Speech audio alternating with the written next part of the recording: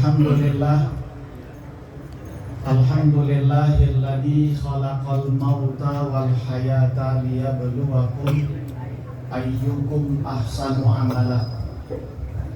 Wassalatu wassalamu ala sayyidina Muhammadin sayyidil Mustafa wa ala alihi wa sahbihi wa man tabi'ahu wa nasarahu ahli sunti wal wafa. Amma ba'du, faqad qala Allah subhanahu wa ta'ala fi kitabihil mubin wa huwa asdaqul qailin. A'udzu billahi minasy syaithanir rajim. Bismillahirrahmanirrahim.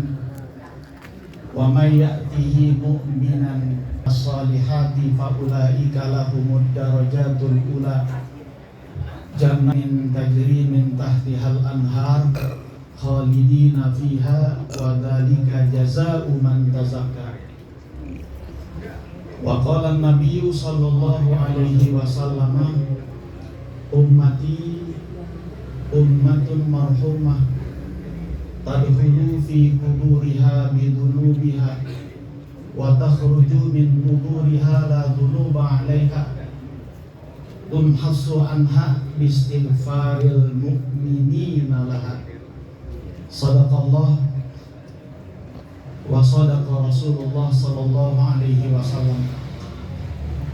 Hadratan mukarramin, para alim ulama, para kiai, para asatiz yang alhamdulillah kita sama-sama mendapatkan limpahan keberkahan disebabkan kehadiran para alim ulama, guru-guru kita yang kita cintai di majelis ini. Di antaranya adalah orang tua kita, Bapak Kiai Haji Ahmad Zaini Haji Murtala.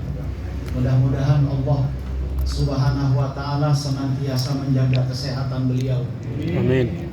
Juga guru kita yang mulia Bapak Kiai Haji Dr. Izzat Soleh Jailani, mudah-mudahan pula Allah Subhanahu wa ta'ala senantiasa menjaga kesehatan beliau. Juga yang terhormat akhina fillah Al-Ustaz Dr. Andes Kamaluddin, akhina fillah Al-Ustaz Khairuddin Ahyad, para sesepuh dan bini sepuh, hadirin wal hadirat, wabil khusus keluarga abang kami almarhum Bapak Ahmad Yani bin Haji Abdurrahman, yang pada kesempatan malam ini kita memperingati hari ke-7 dari wafatnya beliau. Alhamdulillah. Hadirin yang dirahmati Allah, kumpulnya kita pada kesempatan malam ini merupakan satu anugerah besar yang diberikan oleh Allah kepada kita. Kenapa? Karena tanpa wasilah dari acara ini, mungkin malam ini kita lagi nonton sinetron, malam ini mungkin kita lagi nonton bola, nonton film, atau mungkin ada acara rutin mancing, kumpul-kumpul di gardu hansip dan sebagainya. Tapi dengan wasilah acara ini, alhamdulillah kita berkumpul dengan guru-guru kita berkumpul dengan orang-orang tua kita berkumpul dengan orang-orang soleh yang Imam Ahmad bin Hanbal pernah diberi keistimewaan oleh Allah, diperlihatkan alam barzakh. Beliau bertanya kepada sekian banyak ruh yang telah kembali kepada Allah, kira-kira apa amaliyah yang paling bermanfaat kalian rasakan di kehidupan alam barzakh? Itu semua arwah memberikan jawaban yang sama, bahwa amaliyah yang paling bermanfaat dan begitu berguna dalam kehidupan di alam barzakh, bahwa kami dulu sering berkumpul dengan orang-orang soleh. Kami dulu sering hadir di dalam majelis-majelis taklim. Kami dikenal oleh guru-guru kami. Kami berkenalan dengan para alim ulama sebagai pewaris para nabi.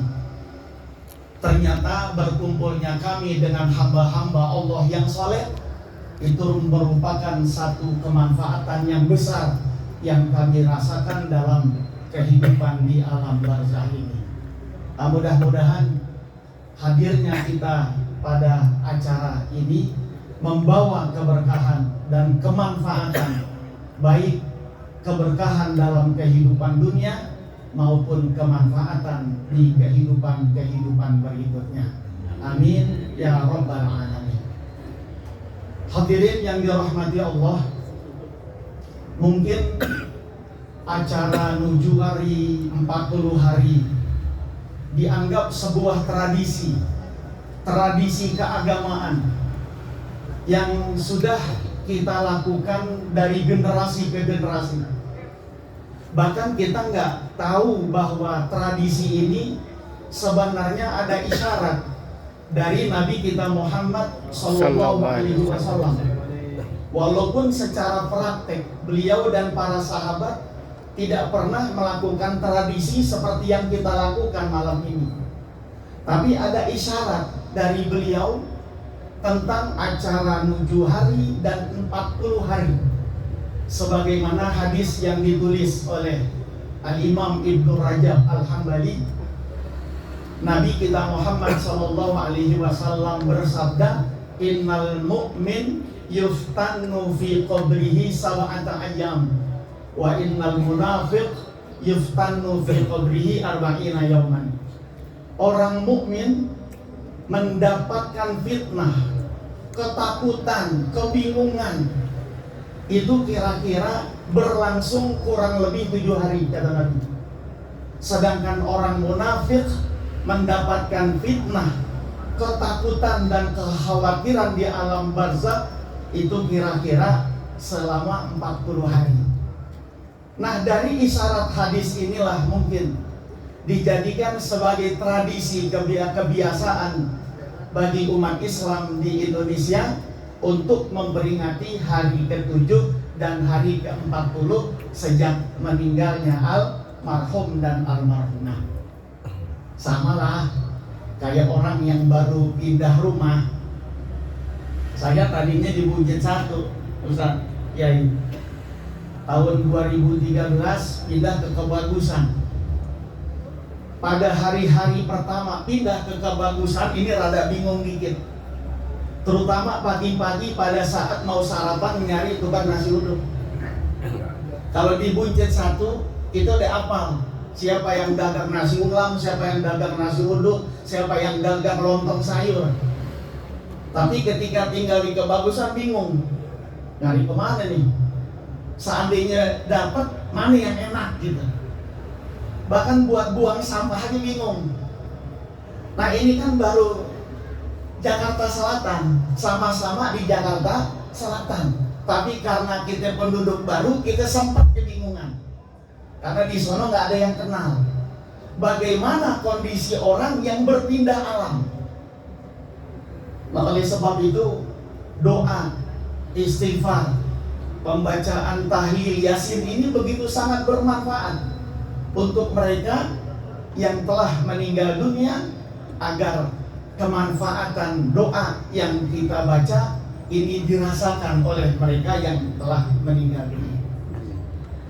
Hadirin yang dirahmati oleh Allah Subhanahu wa taala, memang setiap kita ini begitu sangat berharap untuk mengakhiri kehidupan kita dengan husnul khatimah, akhir kehidupan yang baik.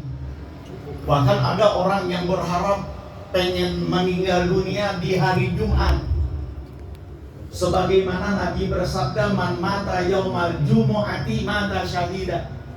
Siapa orang yang mengakhiri kehidupannya pada hari Jumat, maka dia akan mendapatkan kualitas seperti orang yang mati syahid. Ada juga orang yang pengen mati di tanah suci, hampir 3 bulan sekali umroh, karena pengen banget mati di Mekah, tapi tetap aja matinya di Istiqomah. Harapan-harapan semacam itu wajar diinginkan oleh orang-orang yang beriman. Disebabkan kematian di hari Jumat, kematian di tanah suci, di kematian saat kita beribadah. Bahkan banyak cerita ada orang yang mengakhiri kehidupannya lagi sujud, lagi sholat. Semua kita memang punya harapan seperti itu. Tapi hadirin, ternyata kematian dengan membawa iman itu sudah merupakan satu prestasi yang menguntungkan bagi orang-orang yang beriman pada saat dia menghadap Allah Subhanahu wa ta'ala.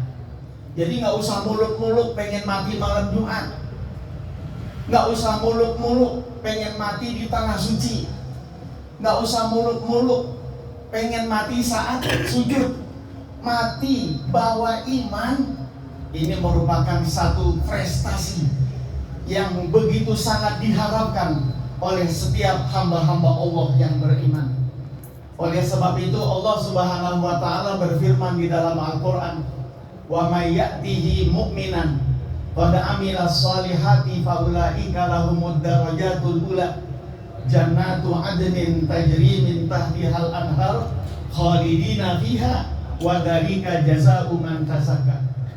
Siapa orang yang datang menjumpai Tuhannya dalam keadaan beriman kepada Allah, dan dia isi kehidupannya ini dengan amal-amal kebaikan, maka dia akan ditempatkan di tempat yang mulia di kehidupan akhirat nanti. Salah satunya adalah jannatu adnin tajri min tahtihal anhar khalidina fiha wa dzalika jazaa'u man tazakka. Jannatu adn, yang di bawah istananya itu mengalir anak-anak sungai yang jernih, disediakan untuk mereka yang dalam kehidupannya berusaha untuk mensucikan diri dengan keimanan kepada Allah dan Rasulnya, serta mengisi kehidupan ini dengan memperbanyak amal-amal kebaikan. Oleh sebab itu kita nggak usah khawatir, nggak usah terlalu khawatir, karena umat Nabi Muhammad ini merupakan umat yang paling disayang oleh Allah, umat yang paling diistimewakan oleh Allah Subhanahu wa ta'ala dibandingkan dengan umat-umat generasi Nabi yang sebelumnya.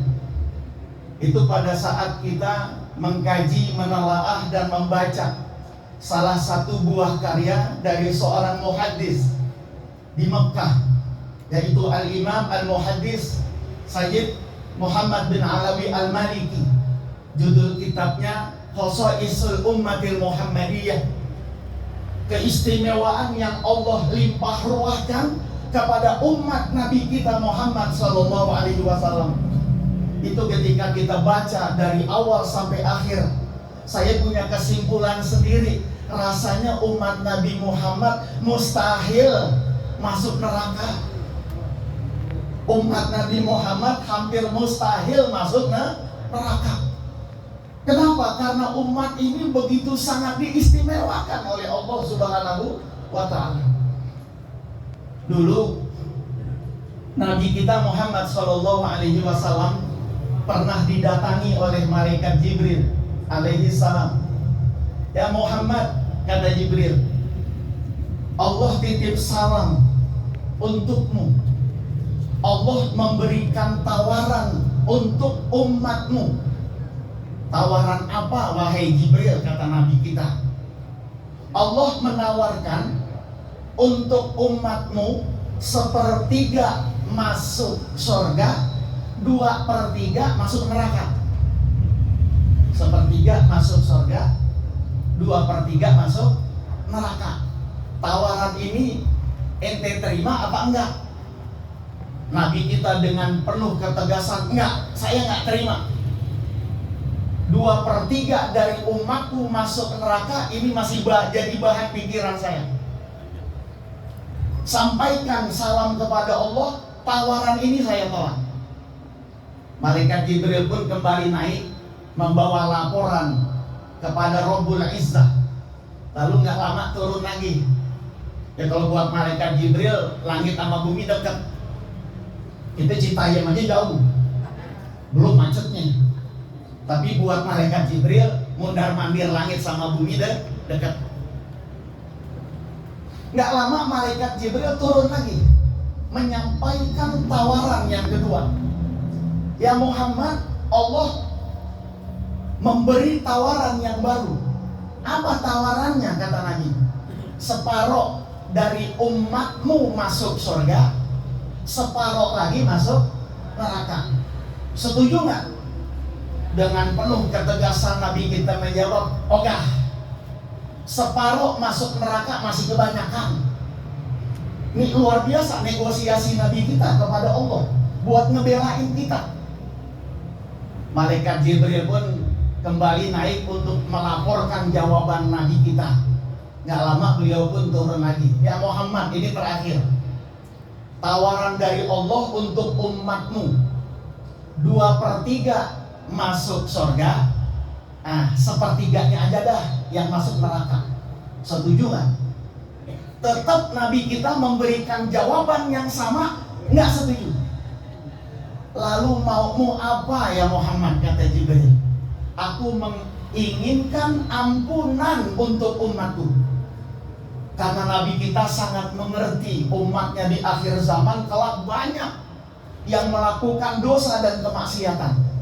Kalau tawaran tersebut diterima oleh Nabi, waduh, rasanya banyak di antara umat Nabi Muhammad akan dimasukkan oleh Allah ke dalam neraka. Tapi untungnya Nabi kita menolak semua tawaran tersebut dan menginginkan ampunan dan syafaat dari Allah Subhanahu wa ta'ala. Hadirin yang dirahmati Allah, saya pernah baca di dalam kitab Daqaiqul Akhbar. Kata Nabi kita, ini cerita tentang kondisi di padang mahsyar nanti. Ada seorang yang dihisab di pengadilan akhirat. Nah, setelah dihisab, ternyata timbangan amal kebaikannya lebih sedikit daripada timbangan amal keburukannya. Ketika ditimbang amal keburukannya 55%, sedangkan amal kebaikannya cuma 45%. Kurang dikit. Tapi karena aturannya faman thaqulat mawazinuhu fahuwa fi 'ishatir radiyah wa man khaffat mawazinuhu fa ummuhu hawiyah. Itu prosedurnya seperti itu. Siapa orang yang amal kebaikannya lebih berat walaupun sedikit, maka akan ditempatkan di tempat yang menyenangkan. Tapi siapa orang yang lebih berat amal keburukannya walaupun sedikit, konsekuensinya dia harus dimasukkan ke dalam neraka. Prosedurnya seperti itu. Nah, ketika diberikan laporan oleh malaikat, oh ternyata kurang 5 poin. Kurang 5 poin. Wah, dia harus nyari nih. Kalau bisa 10 poin, biar kebaikannya, timbangannya lebih berat daripada timbangan keburukannya. Nyari sono nyari sini karena bukan orang pengajian, kagak pernah kumpul di majelis taklim, ini rada susah nyari orang yang akan nolong. Setiap ketemu kiai ngelengos, orang nggak kenal. Ketemu ustadz ngelengos, nggak kenal. Ketemu orang soleh menghindar. Kenapa? Nggak kenal. Ini orang hampir berputus asa, nyari sono, nyari sini, bantuan syafaat. Asal dapat 10 poin aja. Asal dapat 10 poin, dia akan mendapatkan jaminan amal kebaikannya lebih berat daripada amal keburukannya, yang pada akhirnya divonis untuk bisa masuk ke dalam surga. Dari sono nyari sini nggak ketemu, Pak Ustaz, nggak ketemu. Emang begaul sama tukang mancing, begaulnya sama tukang main catur, begaulnya sama tukang nyawer, nggak pernah kumpul di masjid, nggak pernah hadir di majelis taklim, jadi rada susah nyari syafaat. Di balik keputusasaannya itu, tiba-tiba dia ngelihat, nah, ada orang lagi duduk termenung, romannya sedih dari mukanya, dilihatin, ditegesin, wah, kenal gitu, kenal, wah, temen mancing, ngapain lu di sini? Ya, tinggal nunggu tadi, digiring masuk ke dalam neraka. Memang kenapa? Ketika ditimbang kebaikannya dikit banget, cuman 10%, 90% kejahatan. Ani gak pernah hadir di majelis taklim, jangankan ngumpul di majelis taklim, ke masjid, sembahyang aja kagak. Kebaikan yang pernah Ani lakukan atuh nyebrangin nenek-nenek, ngebantuin nenek-neneknya nyebrang di Buncis 11. Itu doang. Yang lainnya semua maksiat, yang lainnya semua dosa. Kebaikan yang Ani punya cuma 10%. Nah itu gimana? Ani tinggal dikit lagi, Pak. 55% amal keburukan, 45% amal kebaikan. Wah, banyakan ente gitu ya. Ani cuma 10%, yang 90% semuanya amal nggak benar. Terus gimana nih? Yaudah dah, ente masih untung tinggal sedikit. Nih buat yang punya Ane nih 10%, udah buat ente aja dah. Yang 10% nih kebaikan yang Ane punya, udah buat ente aja dah. Lalu terus ente gimana? Yaudah, udah ketelanjuran. Ente cari 5 poin aja susah, apalagi ente 90 poin. Buat nyari 5% aja syafaat susah, apalagi Ane nyari syafaat 90%. Rasanya Ane putus asa untuk bisa masuk ke dalam surga. Nah, jadi ente gimana ntar? Udah, daripada kita di dunia berdua kebelangsat, di akhirat kebelangsat, mendingan ente aja dah yang masuk surga. Biarin dah, mau dia nasib Ane masuk ke dalam neraka. Udah, Ane kasih 10 poin kebaikan Ane buat ente. Wah, giran nih, ini bener nih, bener dah. Dibawa tuh amalan kebaikan yang dimiliki oleh kawannya ke hadapan malaikat. Malaikat nih, Ane dapat bantuan syafaat. Dari siapa? Dari kiai? Kagak, Ane gak kenal kiai. Dari ulama enggak? Dari ustadz enggak? Dari teman mancing Ane dapat. Udah, akhirnya ditimbang, ditambahin.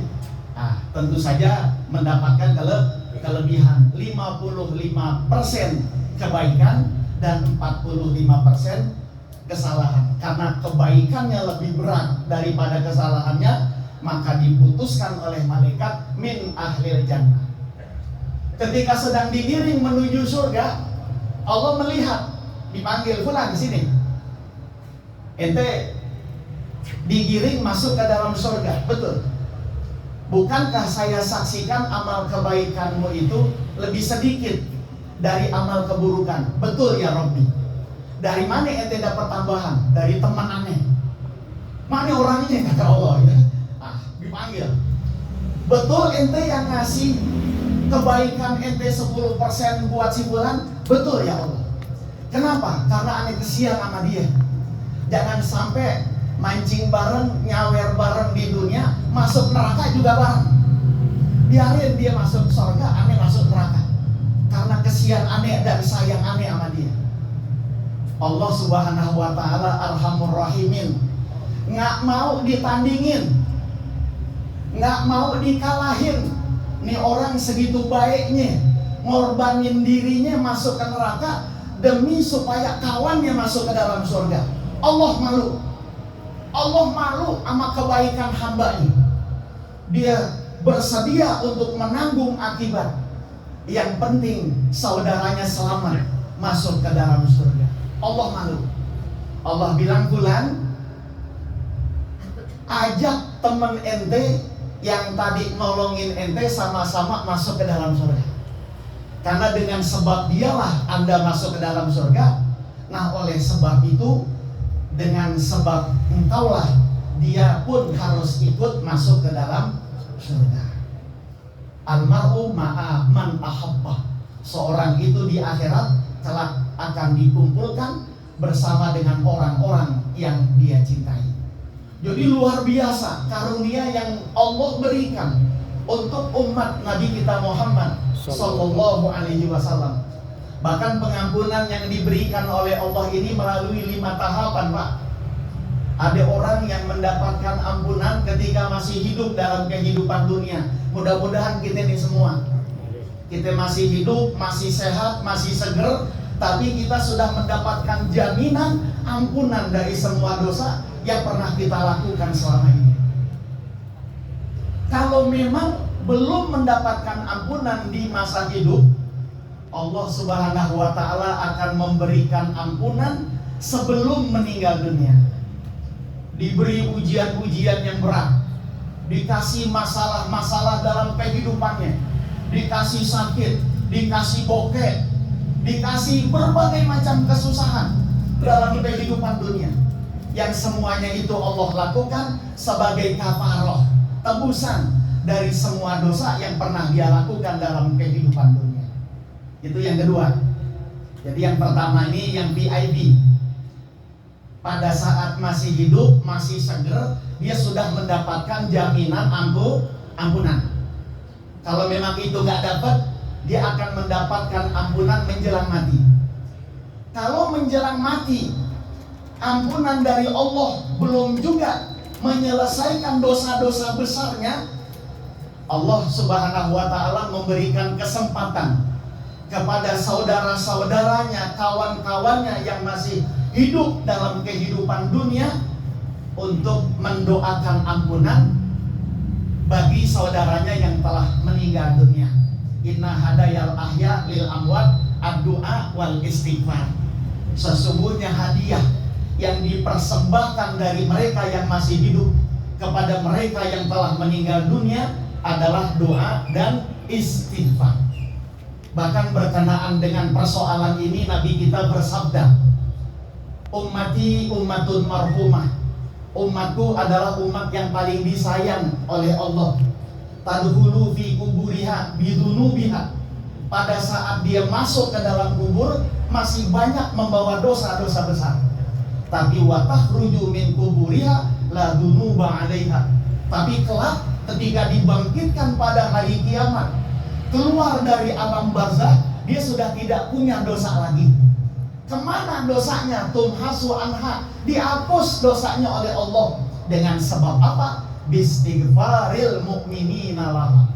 Disebabkan karena istighfar, doa yang dikirimkan oleh saudara-saudaranya yang masih hidup untuk mereka yang telah meninggal dunia.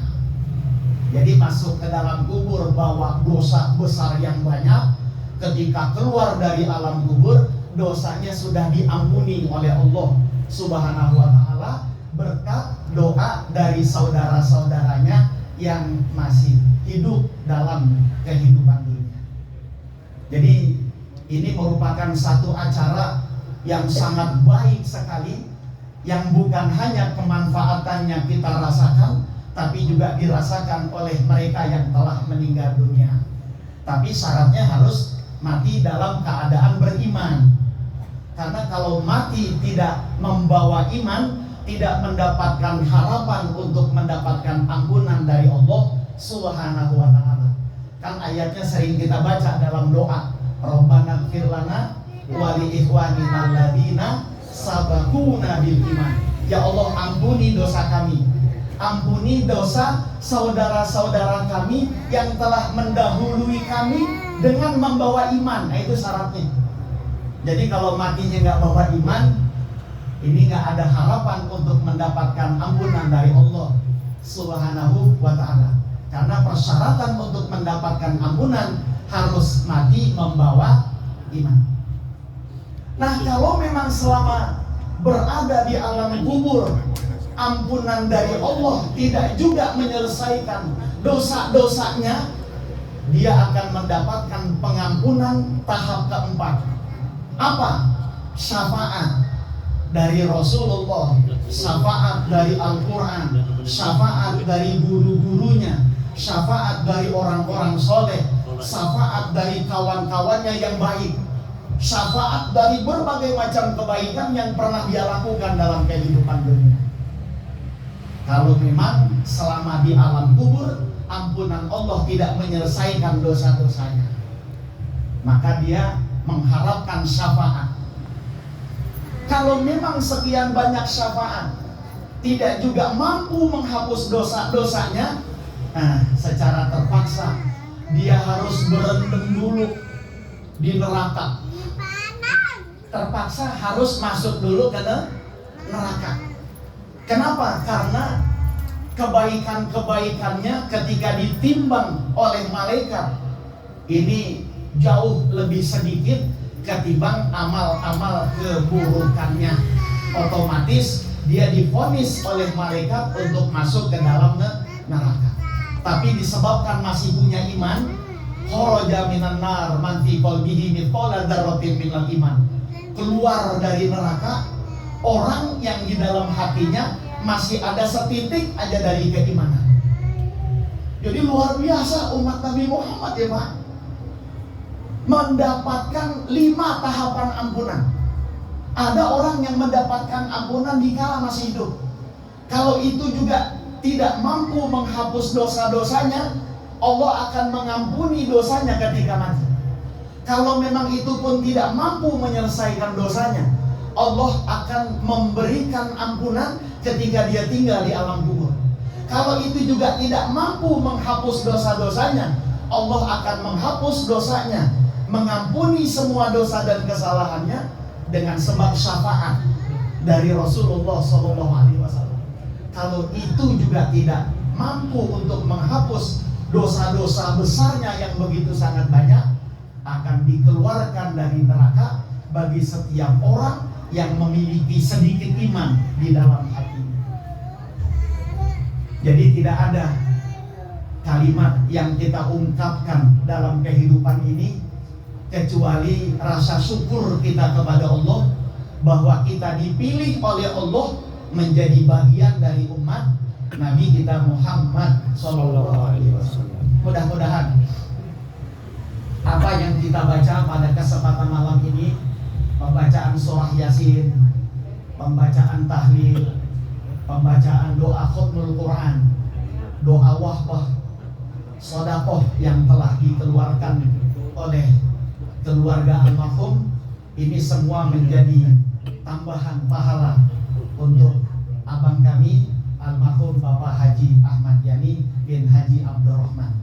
Mudah-mudahan Allah Subhanahu wa Ta'ala pula akan memberikan keberkahan dalam kehidupan kita semua, juga dipelihara, dilindungi dari para bahaya, sehingga kita bisa menutup kehidupan dunia ini dengan membawa iman, sehingga dengan bermodalkan iman kepada Allah dan Rasulnya, kita akan tetap mendapatkan harapan-harapan mendapatkan ampunan dari Allah Subhanahu wa Ta'ala. Amin ya rabbal alamin. Kami rasa cukup apa yang kami sampaikan pada kesempatan malam ini. Mudah-mudahan bermanfaat untuk kami khususnya dan bermanfaat untuk hadirin pada umumnya. Assalamualaikum warahmatullahi wabarakatuh. Waalaikumsalam.